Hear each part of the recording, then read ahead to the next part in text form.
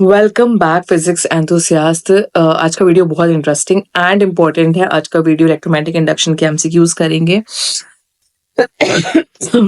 Sorry, तबीयत बिल्कुल ठीक नहीं है and I know I promise you कि मैं थर्सडे को सैटरडेज को दो वीडियोस अपलोड करूंगी, one on lecture on important derivation and other on MCQs जो हमारी सीरीज कंटिन्यूड है, but there are some problems, थोड़ी हेल्थ इश्यूज चल रही है, my health is not supporting me, that technical problems, there are network problems and also I am in Europe, तो थोड़ा सा टाइम डिफरेंस हो जाता है, तो everything is there, but I will try my best कि मैं तुम्हारे जो वीडियोज हैं विल कंटिन्यूली उसको पोस्ट करती रहूं, which will help you in your board exam, उसको लास्ट टाइम रिवीजन के लिए। तो आज का जो वीडियो की अगर हम बात करें, it is really very important. बहुत बहुत बहुत प्यारे क्वेश्चंस हैं and trust me, you will think me later. बहुत अच्छा रिवीजन हो सकता है। So let's begin with that. Video complete देखना एंड बीच में कोई भी डाउट है, कोई भी क्वेरी है, कुछ भी है, you can comment below, I will help you with that and या लेट्स स्टार्ट।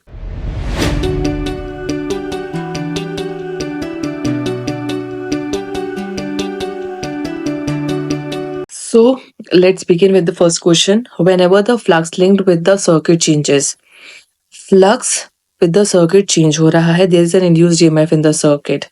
और कब तक होता रहेगा? देखो, EMF होता है -d∅dt और फ्लक्स होता है BA। जब तक फ्लक्स चेंज हो रहा है तब तक EMF जनरेट होता रहेगा, for a very short duration, for long duration, forever, as long as the magnetic flux in the circuit change. जब तक फ्लक्स चेंज तब तक EMF इंड्यूस्ड। सिंपल सी बात है। So this is the correct one. Next is an area A 0.5 meters square shown in the figure is situated in a uniform magnetic field B is equals to 4 Weber per meter square है and its normal makes an angle of 60 degree with the field. The magnetic flux passing through the area A would be equal to, देखो magnetic flux होता है, ये जो B है ना, ये basically B dot A है, तो ये हो जाएगा BA cos theta and theta is basically the angle between magnetic field and normal to the plane. ये प्लेन है, इसके नॉर्मल जा रहा है और जहां पे भी मैग्नेटिक फील्ड होगी इन दोनों के बीच में, मतलब एरिया वेक्टर एंड बी के बीच में है। सो तुम्हारा बी गिवन है 4, एरिया है 0.5 डायरेक्टली एंड कॉस थीटा देखें तो देखो इसका एन कैप इधर जा रहा है और बी इधर, इनके बीच में एंगल 60 डिग्री का हो गया, तो cos 60 एंड cos 60 की वैल्यू होती है हाफ, तो सीधा ये 2 हुआ, 2 into 0.5 इज व्हाट 10 का 1 हो जाएगा, so 1 weber. Weber is the unit of flux. Next tesla पर मीटर स्क्वायर भी बोल सकते हो, टेस्ला मीटर स्क्वायर, क्योंकि B into A है। नेक्स्ट है a square of side L metre lies in the XY plane in a region with the magnetic field is given by this and B0 is constant. The magnitude of flux passing through the square is, तो flux अभी भी मैंने बताया क्या होगा, B dot A, B is this. अब जो square है side L is in the XY plane, तो अगर वो XY प्लेन में हुई तो एन कैप इसके परपेंडिकुलर जाएगा, तो XY के परपेंडिकुलर क्या है, Z कैप। तो B अगर तुम्हारे पास गिवन है एज दिस, ये पूरी वैल्यू है, तो जो एरिया होगा वो होगा side into side, that means L square, और डायरेक्शन अगर हम देखें तो XY प्लेन में वो है तो उसके perpendicular that is along Z, तो ये K कैप हुआ।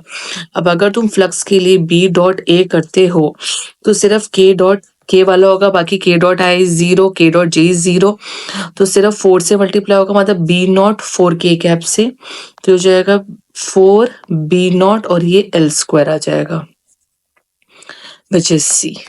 ठीक है, कॉन्सेप्ट पता होना चाहिए। Next fourth is interesting one. A loop made of straight edge has 6 corners at A is equals to this। जब भी कोऑर्डिनेट्स आए तो just draw the coordinates simply.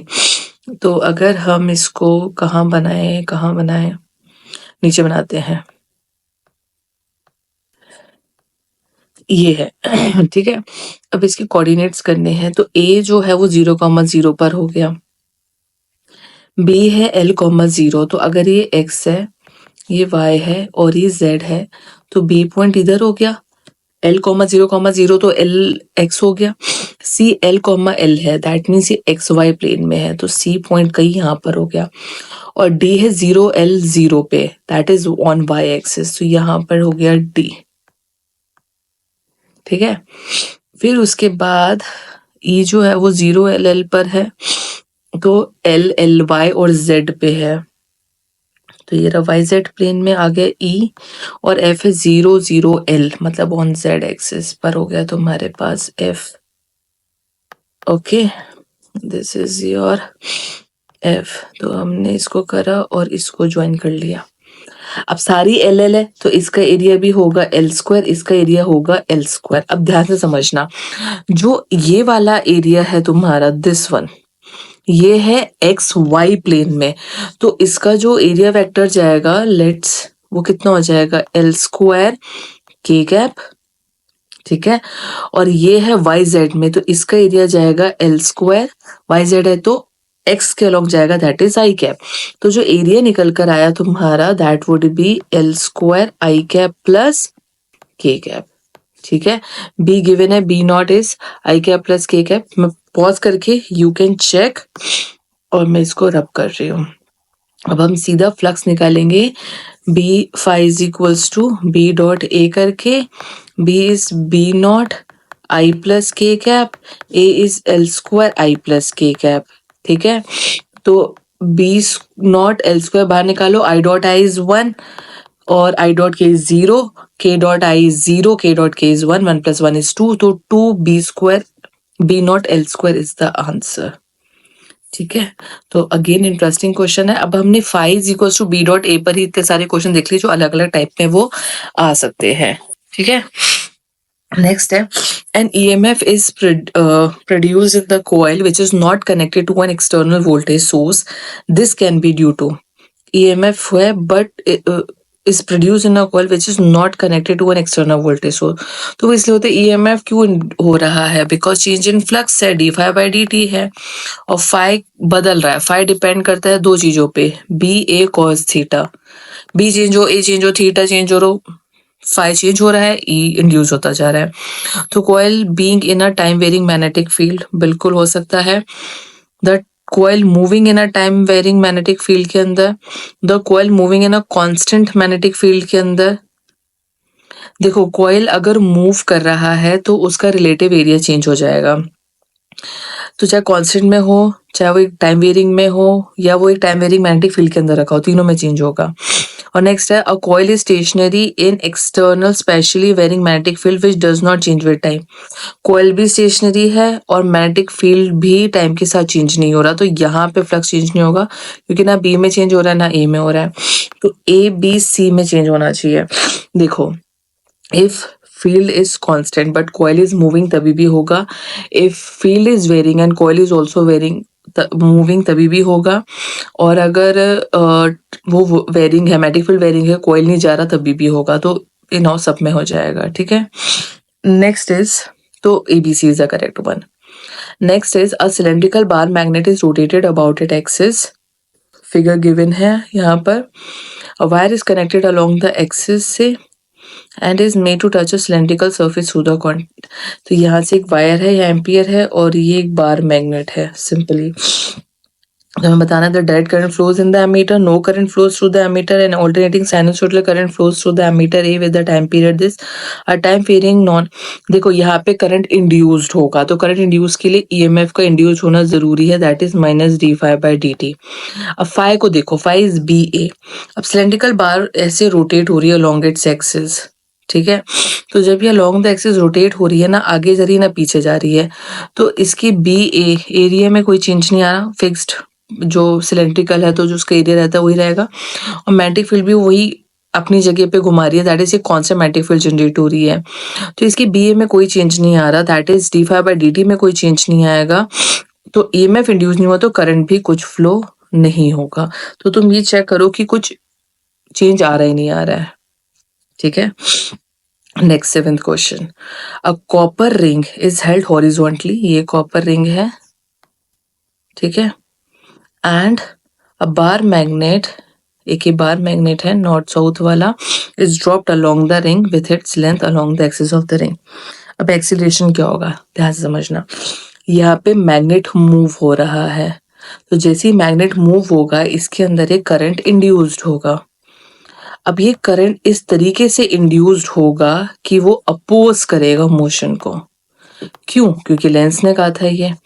और ये करंट इंड्यूस जो है वो ईएमएफ को इंड्यूस करेगा, या अपन बोल सकते हैं ईएमएफ की जगह एक magnetic field, opposing magnetic field भी इंड्यूस होगी, और एक जो ग्रेविटेशनल फोर्स लग रहा है उसके अगेंस्ट ये मैग्नेटिक फील्ड करेगा, क्योंकि अपोज करना है। तो जो भी वो एक्सीलरेशन से गिर रहा है उसके अपोजिट डायरेक्शन में वो फोर्स लगाने लगेगा, दैट मीन्स उसका एक्सीलरेशन कम करेगा। तो जो एक्सीलरेशन होगा फॉलिंग मैग्नेट का वो लेस होगा then that due to gravity, क्योंकि वो उसको अपोज करेगा। ठीक है, लेंस लॉ के हिसाब से है ये। Okay, next one is there are two coils A and B as shown in the figure. A current starts flowing in B as shown when the A is moved towards B. A में anti clockwise जा रहा है, मतलब यहाँ पे एक north pole generate हो रहा है कब? जब A मूव कर रहा है, when A is moved towards B and stops when A is stop moving. तो इसका मतलब कि एक कांस्टेंट करंट है इधर, क्योंकि कांस्टेंट करंट का मतलब यही होगा कि जब वो मूव कर रहा है तब चेंज आ रहा है। अगर वेरिंग करंट होता तो बिना मूव किए भी वो उसके अंदर करंट इंड्यूस करता। The current in A is counter clockwise में है, B is kept stationary when A moves. तो हम क्या कर सकते हैं कि there is a constant current in the clockwise direction is there is a varying current, there is no current, there is a, तो varying current and no current वाला तो नहीं होगा, there will be a constant current. But as per the Lenz law, क्योंकि इसमें anti clockwise current flow हो रहा है, तो जब इसके पास आएगा तो इसमें भी काउंटर क्लॉकवाइज या एंटी क्लॉकवाइज होगा। तो ये कांस्टेंट करंट होगा in the counter wise direction में as per the Lenz law, कि जैसे उसके पास आता है तो वो उसको दूर भेजने अपोज करता है, तो सेम पोलैरिटी डेवलप होती है। ठीक है, ओके, interesting question से। Next question, question number 9, same as the above problem except the coil A is made to rotate about a vertical axis, refer to the figure। वो ऐसे घूम रहा है and no current flows in B if A is at rest। देखो, अगर ये rest पर है और कोई करंट नहीं है तो सीधा सीधा बोल देना कि भाई कांस्टेंट करंट है, तो वेरिंग करंट वाला तो ऑप्शन ही कैंसिल हो गया, तो ये तो समझ में आ गया। The current in the coil A when the current in B is counter clockwise. अब यहाँ पे लेंस लॉ लगता है तो अपोजिट डायरेक्शन है, तो ऐसे हो क्या रहा है, क्योंकि ये दूर जा रही है, मतलब जैसे अगर तुम ओमेगा का डायरेक्शन देखो तो वैसे रोटेट हो रहा है, तो लेंस लॉ क्या करेगा, उसको पास करेगा। यहाँ बीम में काउंटर क्लॉक वाइज से नॉर्थ पोल बन रहा है और इसके ओमेगा से इसको साउथ पोल बनना चाहिए, जिससे कि वो उससे अट्रैक्ट हो, अपोजिट उसमें अपोज करे। दैट मीन्स इसमें जो करंट है वो क्लॉकवाइज जाना चाहिए, तो ए could be the appropriate answer. Lenz law is essential for, it works for conservation of energy में। तभी कि जो इंड्यूस्ड हो रहा है अब वो अपने आप तो पैदा हो नहीं सकता, तो उसको अपोज करेगा, तो वो अपोजिशन ही उसका एनर्जी कंजर्वेशन है। The self-inductance cell of solenoid of length L and area of cross section A with a fixed number of turns N increases as, देखो जो सेल्फ इंडक्टेंस होता है L वो होता है म्यू नॉट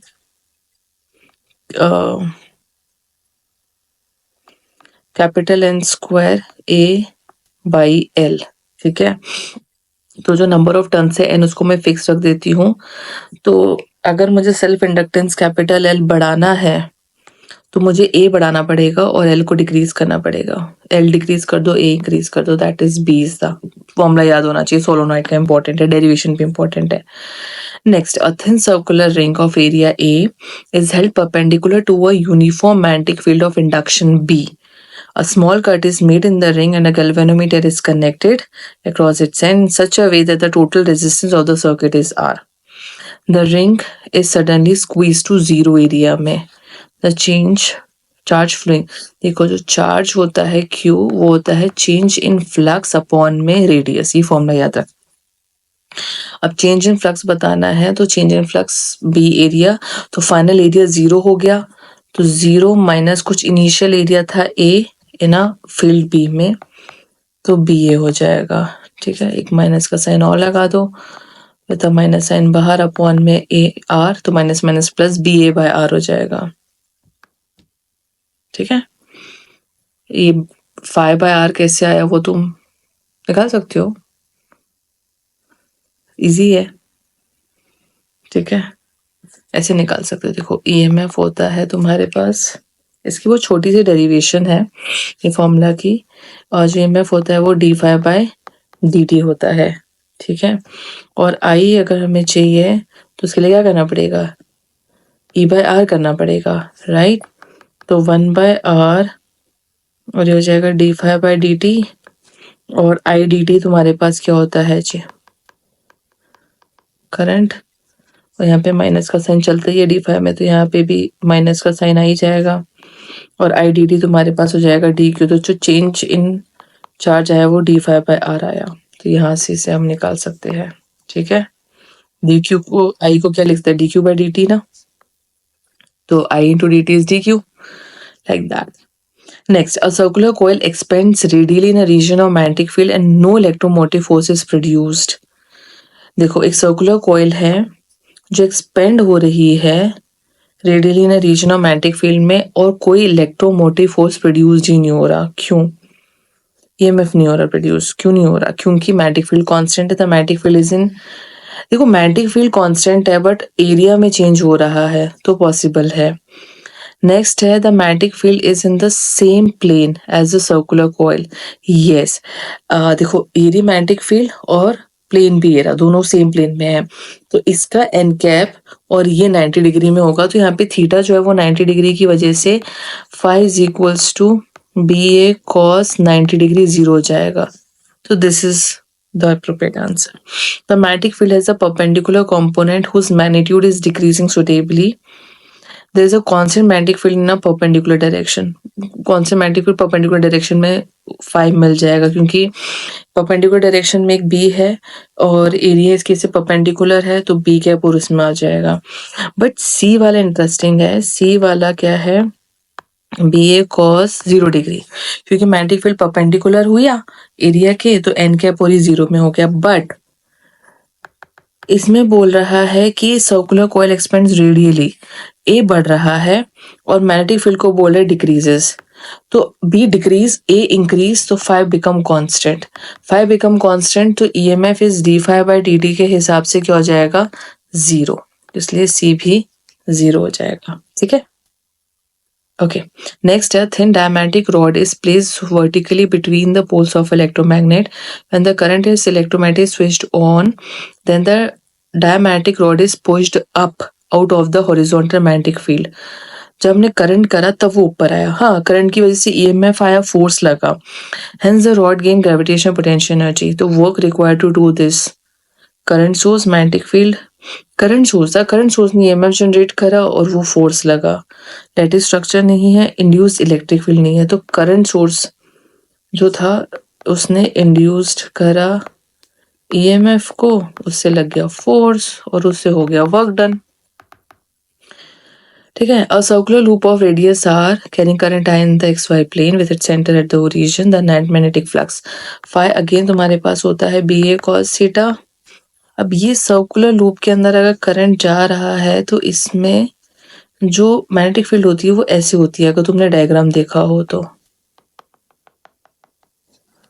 थीटा तो यहाँ पर होगा नहीं क्योंकि दोनों सेम प्लेन में हो गए,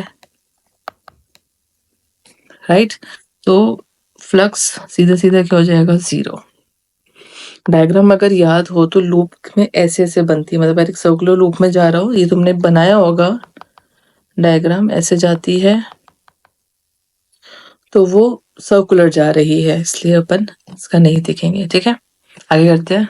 So in next question number 16, you have a self-inductance of solenoid 600 turns is this. The self-inductance of a coil having 500 turns with the same length.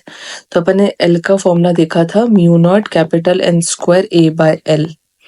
तो ये बोल रहा है सेम रेडियस, एरिया सेम है, same mediums, mu naught same length, तो L is directly proportional to N square हो गया। तो अगर 108 मिली हेनरी ही है तो उसके लिए हो जाएगा 600 टर्न्स, तो 36 इंटू 10⁻⁴ अपॉन में दूसरे का L निकालना है, उसके टर्न्स है 500, that is 25 into 10⁻⁴। So your L comes out to be 108 into 25/36, and 36 3s is 108, 25 3s 75, तो 75 मिली हेनरी, सिंपल सा है। सो नेट का फॉर्मूला पता होना चाहिए, डेरिवेशन भी इंपॉर्टेंट है. The current in the primary coil of a pair of coil changes from 7 ampere to 3 ampere in this. The mutual inductance between the two coils is this. The induced EMF, देखो EMF को जो induced है वो minus का m/dt भी होता है. ठीक है, तो माइनस म्यूचुअल इंडक्टेंस है 0.5 का, और जो चेंज इन फ्लक्स है वो 7 से 3 गया है, तो 3 - 7 दैट इज -4 अपॉन में 0.04, एंड ये 4 कैंसिल हो गया, 0.01, सो 0.5 माइनस माइनस प्लस हो जाएगा. ठीक है, ये माइनस और ये माइनस, 0.5 अपॉन 0.01, 100 ऊपर 10 नीचे. Basic calculation 50 is the answer. So is the answer. ठीक है, बहुत बेसिक है. You can pause, you can check, you can try to solve by yourself.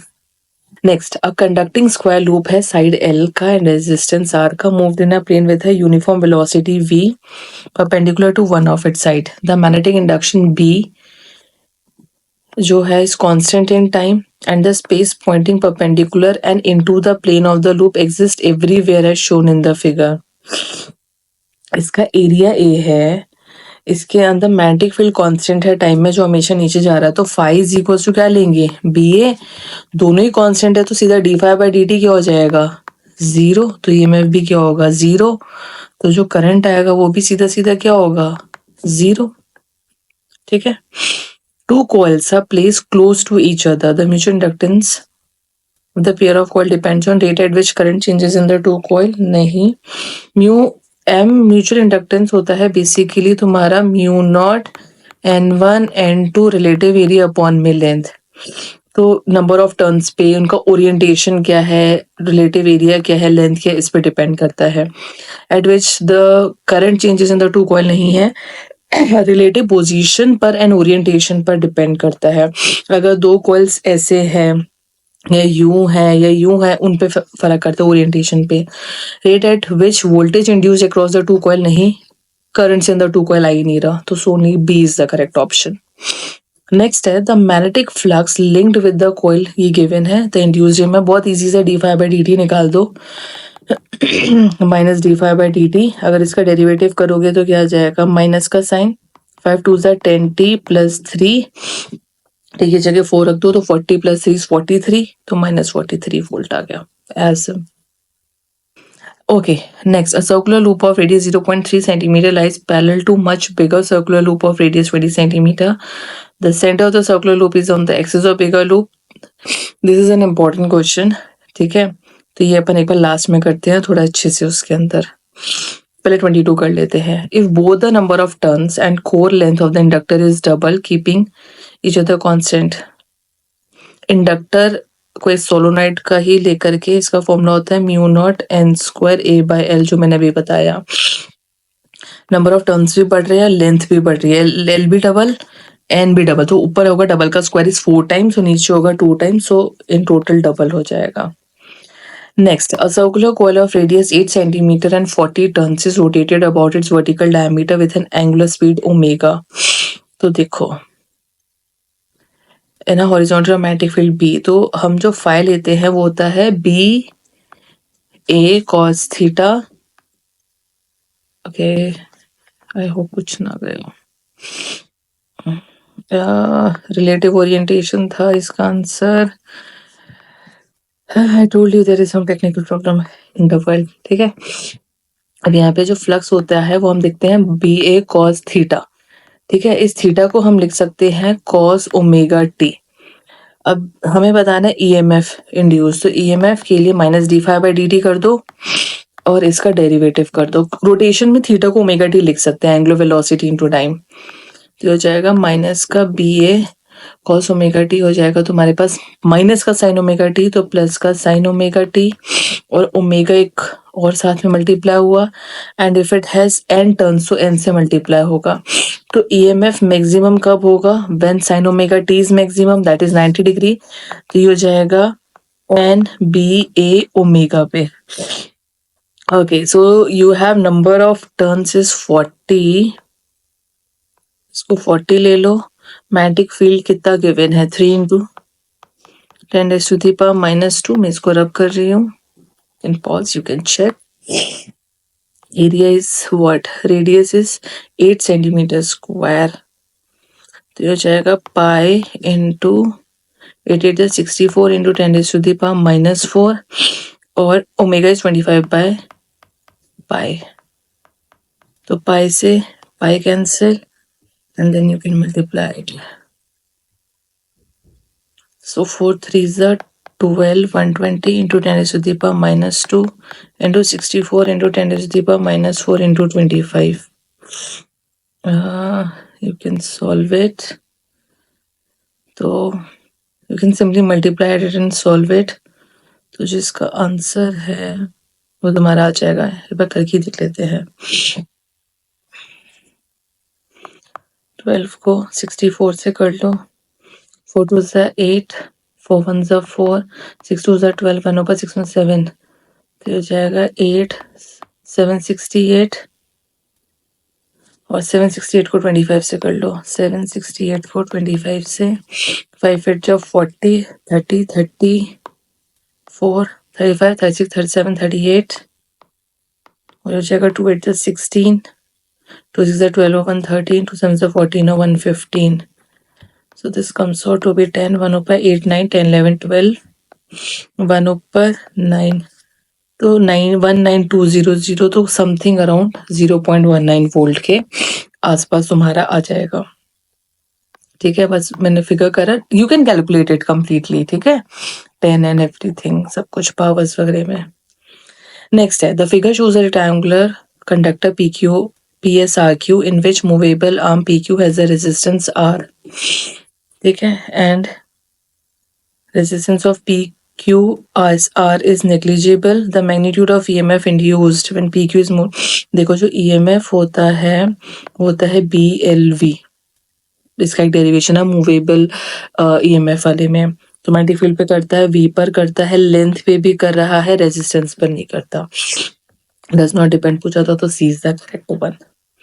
Last 25th question बोला था direction of induce current in the loop ABC.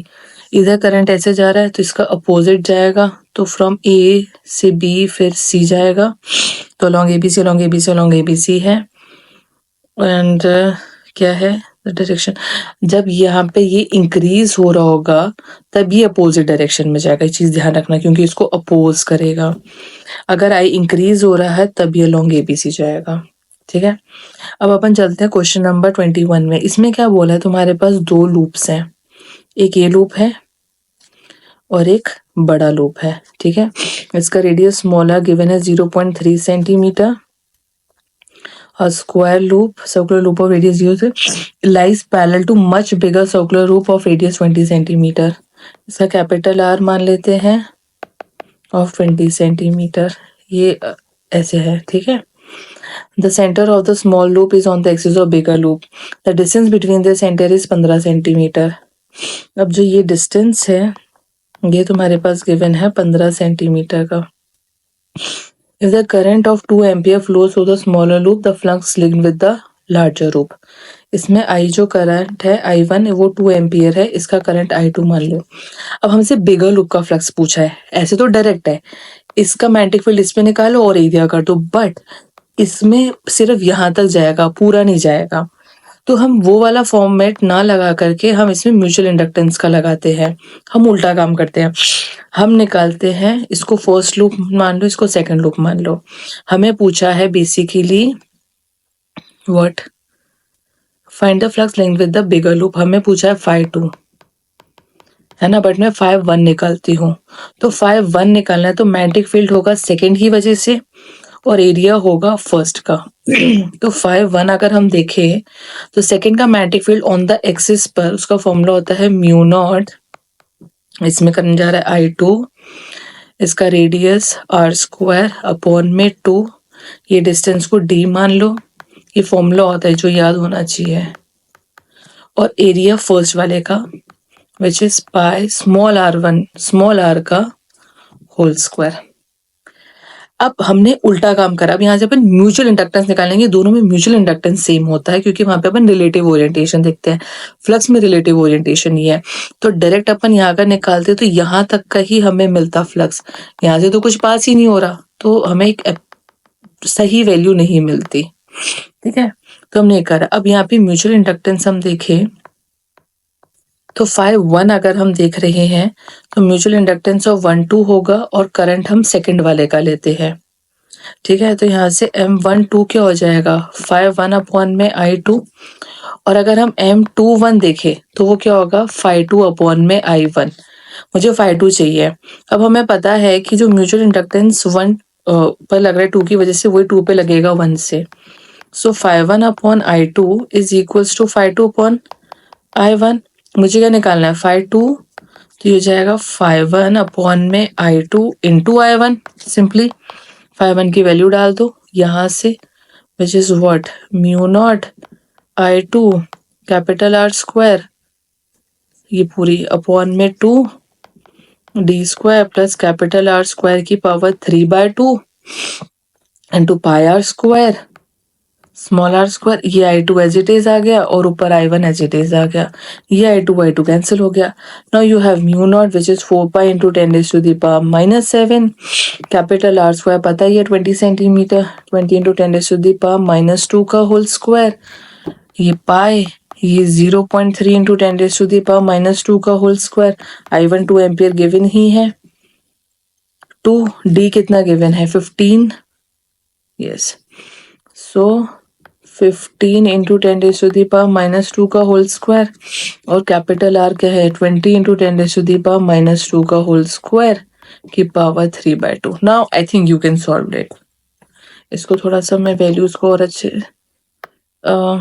You can solve it. ठीक है, इनकी values you can pause, you can check और इनसे तुम निकाल सकते हो इसका आंसर, बट कॉन्सेप्ट पता होना चाहिए। अगर ये बड़े से छोटे में होता तो अपन सीधा क्या करते, ये जो करा है ना, ये सीधा तुम्हारा आ जाता, this one, as simple as that.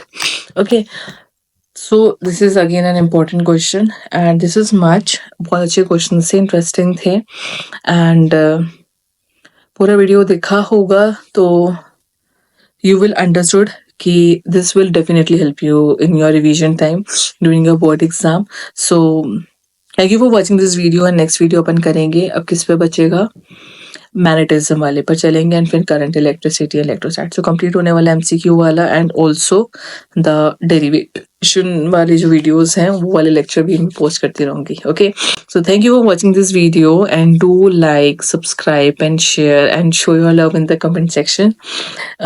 Will meet you again on Tuesday और बीच में मैं डेरिवेशन वाला एक वीडियो जो है वो डाल दूंगी। Okay, bye.